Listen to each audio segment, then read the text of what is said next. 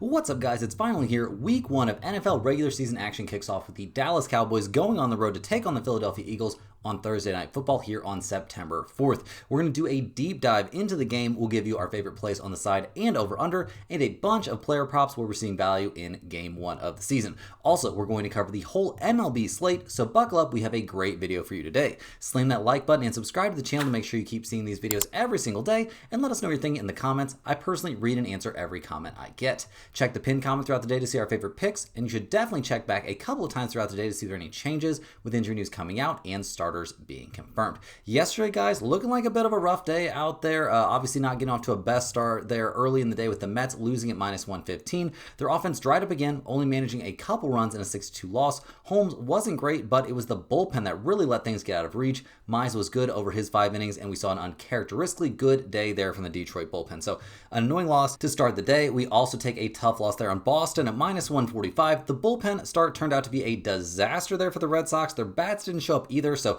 we apparently missed out on this one as a spot where the Red Sox were just going to take effectively the night off. We still got the Brewers live at -120. They're in very good shape there against the Phillies. The Athletics at -110. They are losing there to the Cardinals a little bit late in that game, but they're still not out of it. We've got the White Sox still live as our dog of the day. We've got the Cubs at -155. They're having a really tough time there against the Atlanta Braves, so we might be in trouble there with the Cubs. So not looking like the best day, but we're going to try and bounce back here on Thursday. And we've got NFL action to break down, guys, so we're not going to dwell on the past. We are going to hop right here into the future, looking at Week 1, opening night of the NFL regular season. I don't know if you can tell from my voice, guys, but I am pretty pumped for this. Dallas comes into Game 1 here. A ton of stuff going on for this team. Obviously, last season finishing 7-10 overall, third in the NFC East. Yeah, not that great. I mean, they got off to a good start, 3-2, but lost the next 5 games, had a lot of injuries, which messed up their season a lot. We'll see what they can do here, in a new season. Last year, not putting up a ton of offense, 20.6 points per game. That was 21st in the NFL, allowing 27.5 points per game. That was actually second to last in all of the NFL. So not great. The preseason, we don't really care too much about the results. The main news there in the preseason was trading Micah Parsons away. That was obviously a huge deal. Having Dak back and healthy should be a big deal. The offensive line looks to have improved slightly. Having Lamb and George Pickens now should give them a nice 1-2 punch there at the wide receiver position. We'll see how things go. Obviously, a pretty big deal there to end up trading away Micah Parsons. Maybe that, the pieces they got back will help a little bit. We'll see. I think bringing in George Pickens could be a much bigger deal, though. Having another bona fide, allegedly bona fide, we'll see how it goes. Very, very top tier, level 1 kind of wide receiver option next to CeeDee Lamb would be a massive, massive deal. Take a lot of pressure there off of Dak. He'll have an open guy all the time. We'll see how it goes, though. Bringing in Matt Eberflus, we could see how that goes. It'll be interesting. A lot of moving parts here for the Cowboys. A lot of drama here down the stretch, with the Micah Parsons trade. But he hasn't even really been in camp, so we'll see how much of a big deal that is. He hasn't been playing with the team. I don't think we have to worry too much about that. They probably always thought it was a possibility this dude wasn't going to be out there, and it was always a possibility he wasn't going to be playing here in Week 1 due to his holdout. So we're not actually all that worried about the Micah Parsons situation in this game. I think Dallas made some significant improvements over the course of the offseason. So we'll see how that plays out, see if their revamped offensive line is good, see if they can come up with some sort of running game this season. So it's all going to be very interesting, but obviously a lot needs to change from what happened to them a year ago. So we'll see what they can get up to here on night 1 of the NFL season. They're taking on the Philadelphia Eagles. Had a pretty good year last year, actually. 14-3, first in the NFC East, 2 games ahead of the Commanders there. Started off slow, but they won 12 of their last 13. And yeah, there's that little thing about blowing out the Kansas City Chiefs there in the Super Bowl to win 40-22. So very impressive stuff there. One of the top 10, actually 7th in the NFL offensively last year in points scored. They only allowed 17.8 points per game last season. Over the entire season, that ranked them 2nd in all of football. So a lot of good news there for the Philadelphia Eagles. A fine time really in the preseason. Not a lot to complain about. Also not a lot to find out when you've got a team like this. So we'll see what they can do. They played a lot of one-score games back during the 2024 season, obviously coming out on top in a lot of them. They covered, over 7 points against the Cowboys twice last season. Don't really expect that to continue here, but we'll get into that in a minute. The Cowboys' run defense should have improved, and be even better than it was, last year, but it was very good. The secondary situation, not great. Jackson there, definitely the most worrisome spot in the entire starting, situation there for the Eagles on either side of the ball, if I'm being honest. We'll see. Obviously, you got Jalen Hurts, a very solid option. You got a couple decent wide receivers, and oh yeah, you've got Saquon Barkley. Probably the scariest player in the NFL at this point. I feel like Derrick Henry should be on the list, and there's some wide receivers on that list as well. But yeah, Saquon Barkley, crazy stuff that he was doing last year. So a lot of positives for the Eagles. I'm sure they're feeling very good about life coming into this season, but we'll see. A lot of public money has been pouring in on the Eagles, especially, after the Micah Parsons trade. All that stuff has not exactly made people think that the Cowboys have much of a chance in this one. And fading the public, well, it didn't always go great last year. I think this might be a spot we'd want to do it this season. I mean, Dak, as an 8.5-point underdog, seems like a pretty reasonable spot. Dallas had a bad time defending. They're going to be a lot better defending the run this season. The Eagles' number 2 corner is a big question mark. Like I was saying, Dallas could definitely backdoor it in this one and end up, sneaking a cover for us. Now, looking at the trends from last season and the numbers for this game, the Eagles, like I've been talking about, are 8.5-point favorites. We've got a total of 47.5 in this game. Dallas, they went 7-10 against the spread last season, 4-4 against the spread on the road, 11-6 to the over last year, and 5-3 to the over on the road. The Philadelphia Eagles were 14-7 against the spread over the course of last season, 6-5 against the spread at home, 11-10 to the under over the course of the entire season, and 7-4 to the under when playing at home. Guys, I'm sure you can tell by now, I'm definitely going to be fading the public and even the professional money that's been coming in on the Eagles. We're backing the Dallas Cowboys getting 8.5 points. Dallas is 14-1 in their last 15 September games against NFC East opponents. That's pretty nuts. The Eagles are actually 0-4 against the spread in their last 4 September home games against NFC East opponents. But what I really think is going to happen here is the Cowboys are going to be able to at least slow down the run there for the Eagles. I think that will be very, very helpful for them in this game. The secondary for the Eagles is looking a little bit gettable. If George Pickens really is good there next to CeeDee Lamb, I think we could see Dak and his wide receiver group have a very good game. And while they might not win, I think they can make this a one-score game, and that's all we really need. That being said, in terms of the total for this game, I'm going to lean slightly towards the over. Each of the Eagles' last 5 Week 1 games as favorites have gone over. The over is also 5-1 in the last 6 Cowboys games against NFC opponents. I do worry a little bit about this play. It's Week 1. I would assume we'll see the offenses look okay out there, but we'll have to wait and see on that one. I'm not necessarily super high on that overplay, but I do think there's some value on it. In terms of player props for this game, I've got several that I think are good. And first up, I'll take Jalen Hurts to score at least 1 touchdown in this game at -145. Hurts has scored a touchdown in his last 4 regular season games at home. Also, you remember how everybody tried to ban the tush push? Well, not everybody, but they tried to ban the tush push. Well, that didn't happen. So that makes me think that Jalen Hurts has a very reasonable spot of finding his way into the end zone here in Week 1. I also like George Pickens to get off to a good start here, over 56.5 receiving yards at -110. Eagles secondary, like I was just saying, guys, I think will struggle here a little bit out of the gate. Too many moving parts late in the offseason, and while they're focused on CeeDee Lamb a lot in this game, I think we're going to see George Pickens have a pretty good time out there, and getting to 57 receiving yards, I don't think that's too crazy. I also like Goedert over here over 39.5 receiving yards at -115. The Dallas defense, while I do expect it to improve, is still going to be, we'll see. They're going to be giving up a bit here. Goedert has put up 46 or more yards in 7 of his last 8 home appearances when facing NFC East opponents.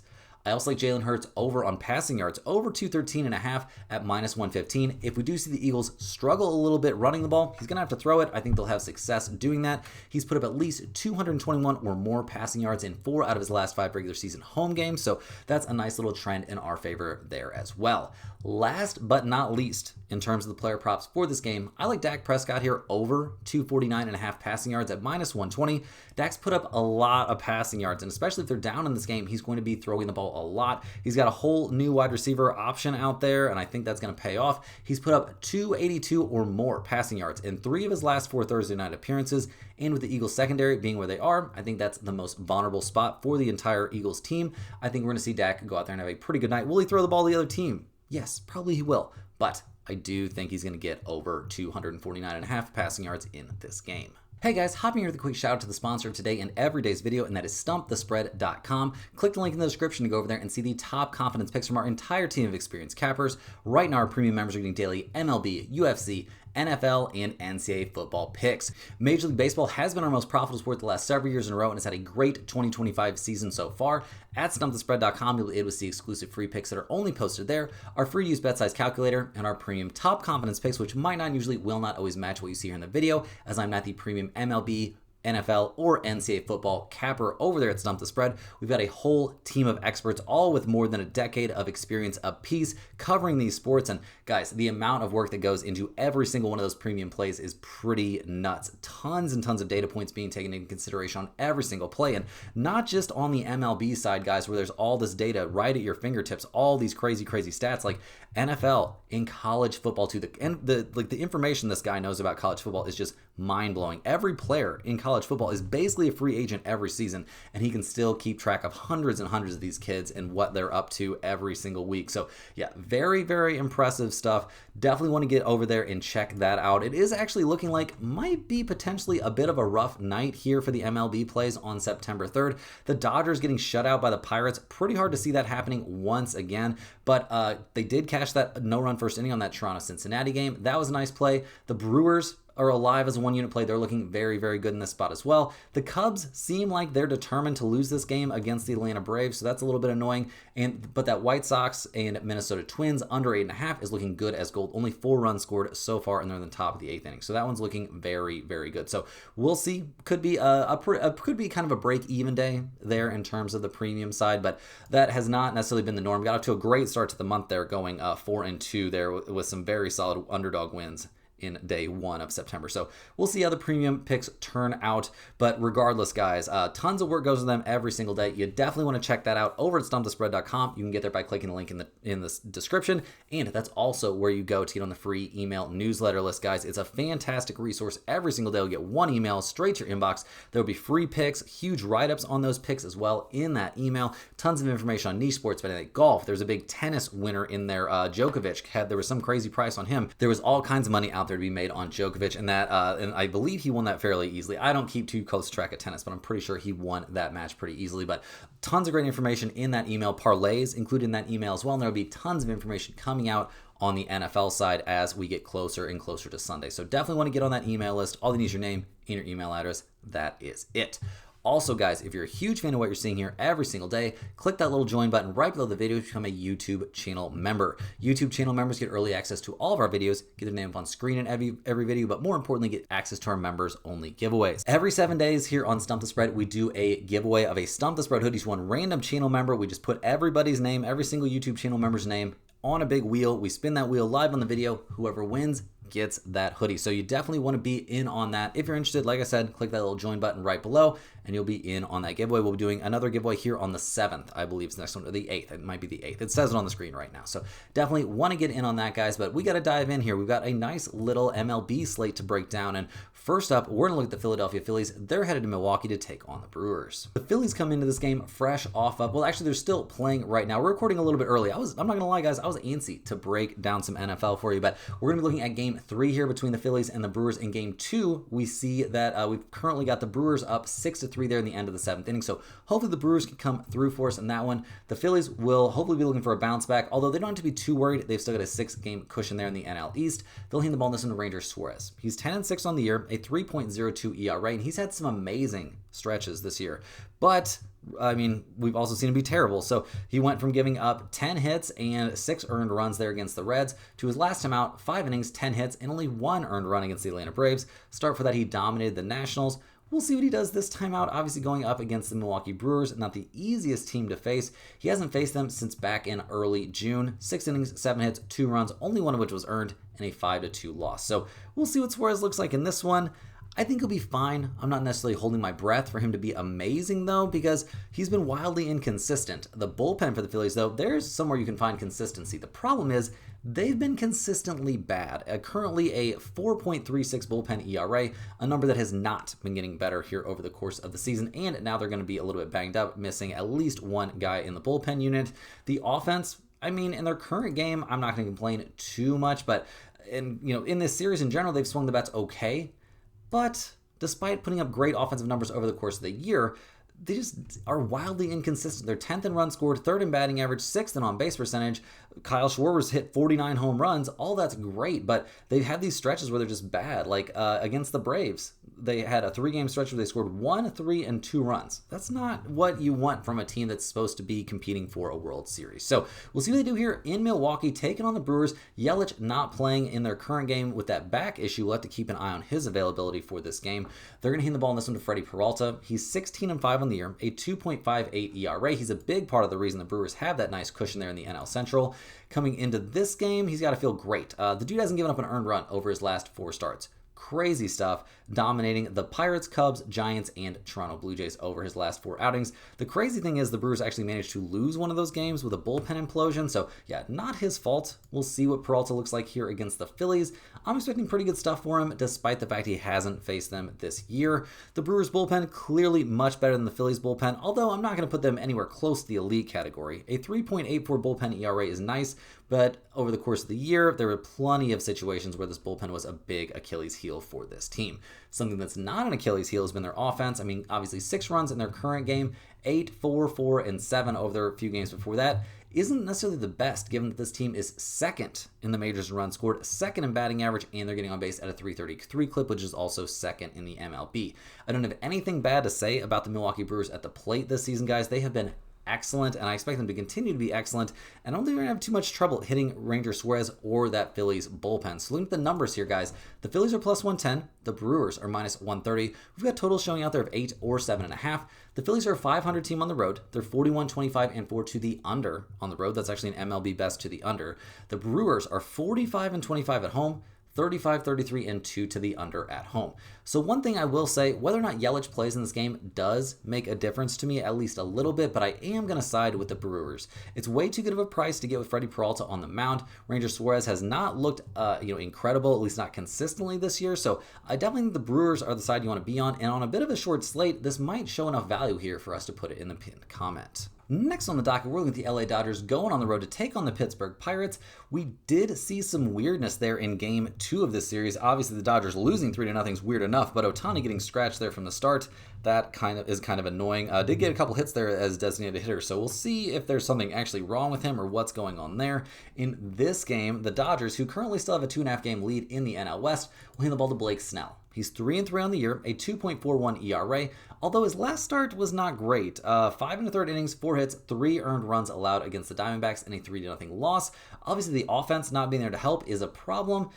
We'll see what Snell can do in this one. Obviously, the Pirates, not the scariest offensive team, but the Dodgers bullpen also not the best. It's definitely been a problem for them this season. A 4.22 bullpen ERA, not very helpful. And what's even less helpful is the lack of offense. 0-7-5. 1-0-5 over their last few is not the way this team was designed to be, guys. They're 3rd in runs scored this year. They're 2nd in slugging percentage. All that's great, but we're just not seeing them put up a ton of runs here recently. I mean, Ohtani's hit 46 home runs and has still only managed to have 87 RBIs. Like, that's pretty bleak. And yeah, I'm just not loving a team with this crazy of a payroll not being able to score runs. That's not a great look. So we'll see what they do here in Pittsburgh, taking on the Pirates, who've now won 4 out of their last 5, winning 2 out of 3 there against the Red Sox. Now already locking up at least 2 out of 3 against the Dodgers. They'll hand the ball on this one to Paul Skeens. Skeens, this 23-year-old phenom, is 9-9 on the year, a 2.05 ERA. His last start, 6 innings, 7 hits, 2 runs, one of which was earned in a 4-2 win there at the Boston Red Sox.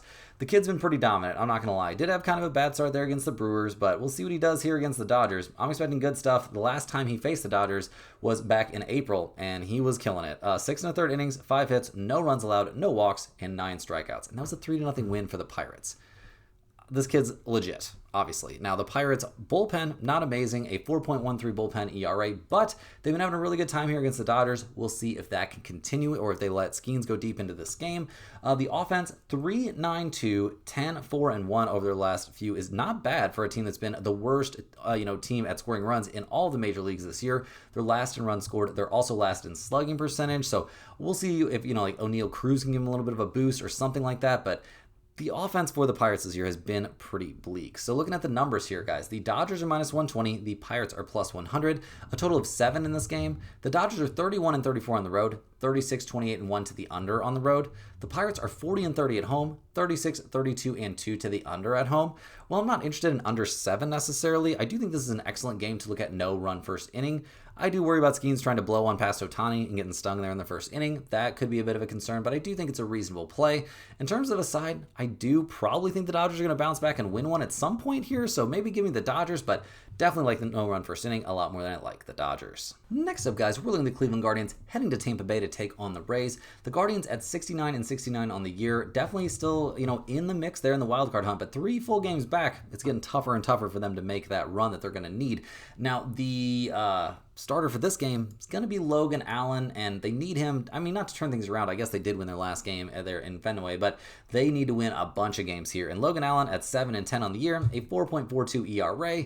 Is he the man for that job? Well, it's not looking like it over the last few, guys. 6 innings, 6 hits, 4 earned runs against the Mariners. 5 innings, 8 hits, 9 earned runs against the Rangers. The kid doesn't come in throwing the ball great. We'll see what he looks like against the Tampa Bay Rays. Not a team that he's faced this year, but I'm not really expecting miracles here from Logan Allen. He's had kind of a bumpy season. The bullpen for Cleveland, that has not been the case, though. Their bullpen's been pretty solid. A 3.66 bullpen ERA has had them in the top, 5, 6, 8, something like that in the majors all year long. Definitely have never been worse than that. It's been a very, very good bullpen unit all over for the Guardians. That has not been the problem for this team this year. The problem confronting the Guardians is their overall lack of offense. They're leaning so heavily on Jose Ramirez, he almost doesn't even have to get pitched to at this point.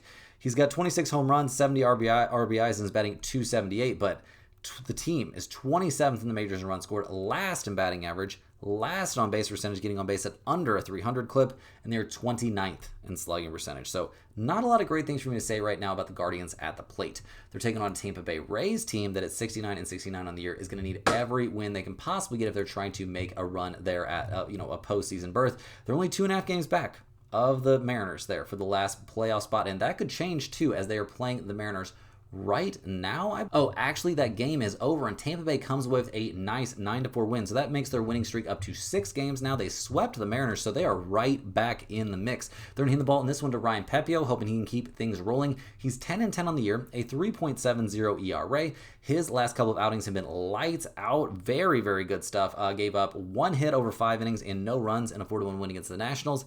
In 5 innings, 1 hit, no runs in a 72 win against the Cardinals. The Rays are 4-1 over his last 5 starts. The only bad start there was against the Giants.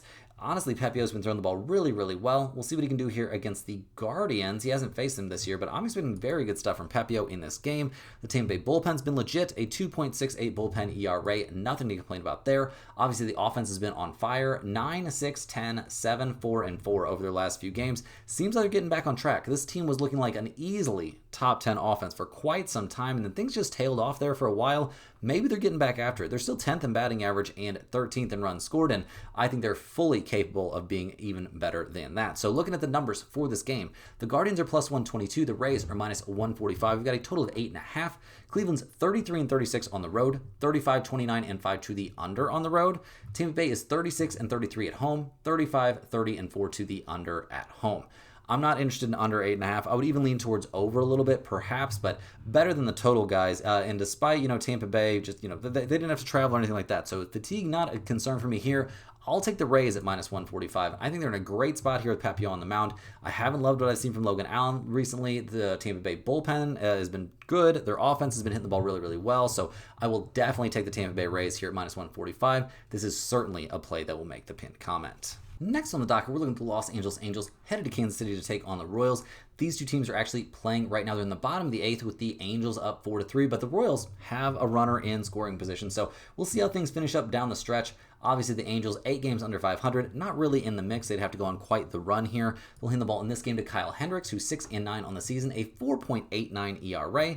That being said, his last start was against the Astros, and he was great back on the 30th. 6 innings, 7 hits, 1 earned run allowed, and struck out 2 in a 4-1 win. Before that, he had struggled several starts in a row, so we'll see if this recent success is indicative of any success in the future. He hasn't faced the Royals this year, so we'll see how that goes, but Kyle Hendricks, always somebody I'm going to be a little bit worried about. If that back is not right, all of a sudden, things can get real topsy-turvy. So we'll see what happens. We'll see what happens in this one. But like I said, not super high on Kyle Hendricks. Definitely not super high on that Angels bullpen. One of the worst 3 or 4 bullpens in the majors, a 4.80 bullpen ERA. Not great. The offense has also had a rough time recently. I mean, 4 runs in their current game doesn't look terrible. 5 the game before that, but 3, 3, 4, 0, 3, and 3.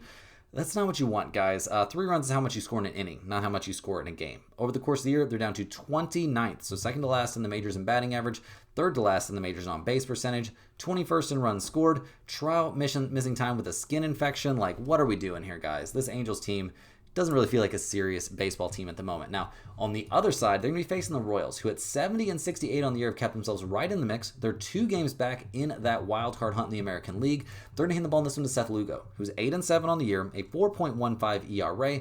His last couple of starts, though, real bad. Struggled back-to-back outings there against Detroit. He hasn't really been very good at all down the stretch. So we'll see what he can do against the Angels, a team that he hasn't faced at all this year. Yeah, he hasn't faced the Angels this season. So we'll see how it goes. Lugo comes into this game really struggling, no doubt about it.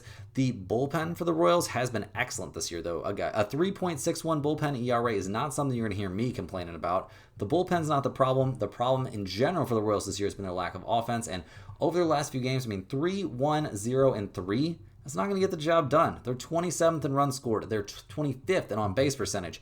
Over the course of the entire year, this Royals team has just been way below average at the plate. They got to figure out a way to address that, or just in general hit the ball better, but that has not been happening. So looking at the numbers for this one, guys, the Angels are plus 135, the Royals are minus 160. We've got a total of 9 in this game. The Angels are 31 and 38 on the road, 36, 31 and 2 to the over on the road. The Royals are 37 and 33 at home, 43, 26 and 1 to the under at home.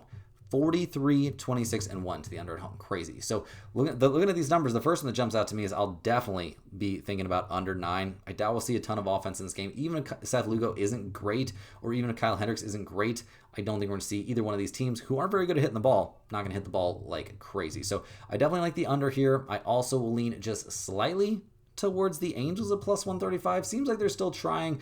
I think Hendricks is actually throwing the ball a little bit better right now than Seth Lugo is, but not a huge lean on the side. My bigger lean on this game is definitely that under 9. Next on the docket, we've got the Chicago White Sox heading to Minnesota to take on the Twins.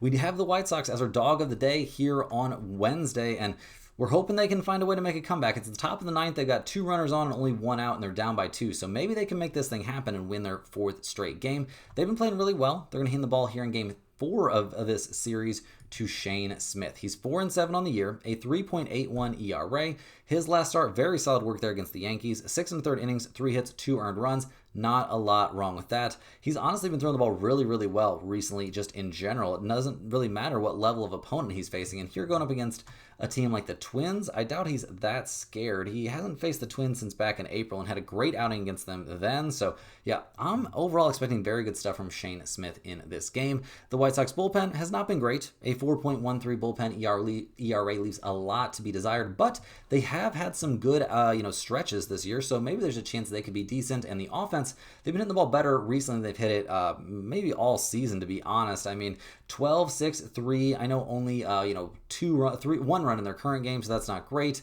They're 26th in runs scored. They're 28th in slugging percentage. Clearly not an offense you want to be in business with all the time, but recently it's looked a lot better. So we'll see what they can do here on the road against the Minnesota Twins. They're pretty much out of the mix as well at 62 and 76 on the year. They'll hand the ball in this one to Taj Bradley, who's 6 and 7 this season, a 4.82 ERA, getting traded there from Tampa Bay to Minnesota. We'll see what he can do. I mean, for his new team so far, he's gotten obliterated by the White Sox once. That was his first start here in a new uniform, and then had a great start there against the weak-hitting Padres. So we'll see what he can do. The guy's got some terrible history this year against the White Sox. So we'll see if he can have a good outing against them here all of a sudden. Seems like a big ask to me, and he obviously hasn't had a great season in general. It's been really bleak for him. The Twins bullpen, that'll have to back him up at some point, maybe pretty early in the game, has been terrible. A 4.53 bullpen ERA is not ideal. They may be imploding in their current game too. We'll see how that ends up. But yeah, not super high on the Twins right now. The offensive ball may be a hair better recently, but over the course of the year, they've been pretty bad, and they've been a little bit banged up. They're 23rd in runs scored this year. They're 25th in batting average. I don't have a lot of positive things to say right now about the Minnesota Twins at the plate. It's been pretty bleak. So looking at the numbers for this game, the White Sox are plus 125. The Twins are minus 145. We've got a total of 8.5. The White Sox are 21-46 on the road, 38-26-3 to the under on the road. The Twins are 35-34 at home, 34-32-3 to the over at home. I don't love betting on bad teams, guys, but I'll definitely take the White Sox here getting plus 125. Shane Smith, a very solid arm right now. Taj Bradley's been terrible in this matchup twice very recently and just terrible overall this season. I have no idea why the Twins are big favorites here. I'll definitely take the White Sox here getting plus money. Last but not least here, guys, we're looking at the New York Yankees going on the road to take on the Houston Astros. The Yankees and Astros are actually playing right now. They're in the bottom of the 7th inning with the Yankees up 4-3. So we'll see if they can hold on to that one. They've been playing really well recently. They're 3 games back of Toronto still, so trying to make a run there at the top spot in the AL East, or taking back the top spot in the AL East. We'll see how it goes. In this game, they're going to hand the ball to Carlos Rodon. He's 15-7 on the year, so having a great season. A 3.18 ERA, nothing wrong with that. His last start, he dominated the White Sox. The Yankees are also 5-0 over his last 5 starts, thanks in at least part to the fact he hasn't given up more than 2 earned runs in any of those outings. So very, very solid stuff there. In terms of history against the Astros, he hasn't faced them this year, so we'll see how that goes, but I'm expecting this veteran lefty to have a pretty good time out there. The Yankees bullpen has been improving down the stretch, but still not great. A 4.23 bullpen ERA leaves a lot to be desired. The offense, though, seems like it's back online. Only 4 runs in their current game. It's not over yet, though, so we'll see how that goes. But what Aaron Judge has been doing has been great. Obviously, the dude's on a heater. They're first in runs scored. They're first in slugging percentage. They're third in on-base percentage. Like, the Yankees, still one of the scariest offenses in all of Major League Baseball. So we'll see what they do against the Astros, who have all kinds of trouble going on. A bunch of injury news going on. We've got pitchers intentionally crossing up catchers. As a former catcher, guys, that's pretty messed up. I don't think any of that was the catcher's fault. That was a crazy, crazy look there from Valdez. So we'll see. He apologized. Great. Apology does not do anything for, taking that fastball to the ribs. So we'll see. We'll see what goes on there. But I'm not liking what I'm seeing from the Astros. They've got a 3.5 game lead in the AL West, though, so maybe they're going to be fine. They'll hand the ball in this one to Christian Javier, who's 1-1 on the year, a 3.38 ERA. This is only his 5th start of the season. He's coming off a great outing there against the Angels, but 1 start against the Angels, 2 starts against the Orioles, and 1 against Boston. And I don't know. He got shelled by Baltimore once. Didn't have a great time against Boston necessarily. So we'll see what he looks like against the Yankees. One of the toughest teams you could possibly come up against. Now, the Astros bullpen is clearly better than the Yankees. There's really no debating that right now. A 3.71 bullpen ERA is excellent. The offense, though, is not excellent, guys. They're 23rd in the majors in runs scored. They're 16th in slugging percentage, 14th in on-base percentage. Like, it's just not great. They haven't been hitting the ball particularly well recently either. I mean, they just had a series against the Rockies where they scored 4-4-1 in a 3-game series. That is not what's up. So, looking at the numbers for this game, guys, the Yankees are minus 135. The Astros are plus 115. We've got a total of 8.5 in this game. The Yankees are 36-33 on the road, 35-30-4 to the over on the road. The Astros are 42-31 at home, 40-30-3 to the under at home. Guys, I'm definitely taking the Yankees here at minus 135. This could end up being our lock of the day. I love the spot for Rodon. I think he's going to have a great time. Christian Javier might be fine, but I don't think he's going to be fine against the Yankees bats. Definitely give me the Yankees here at a very reasonable price. They need every one of these games they can get. I think they get this one for sure. Guys, that's all the games we have here for today. Hit that like button for good luck on all of your bets and subscribe to the channel if you're new. Let me know in the comments any questions you have on today's slate. Thanks everyone for watching. Very excited to be bringing some NFL action. We'll have a full NFL slate covered there on Sunday, so that'll be very, very exciting. We'll cover the Friday game in Brazil as well. So lots of NFL action coming your way. You can click the link in the description to get over there to stumpthespread.com and check out all of our premium NFL picks that are already posted over there, and more will be coming. And we'll see you guys right back here tomorrow, same time, same place, for more sports betting action.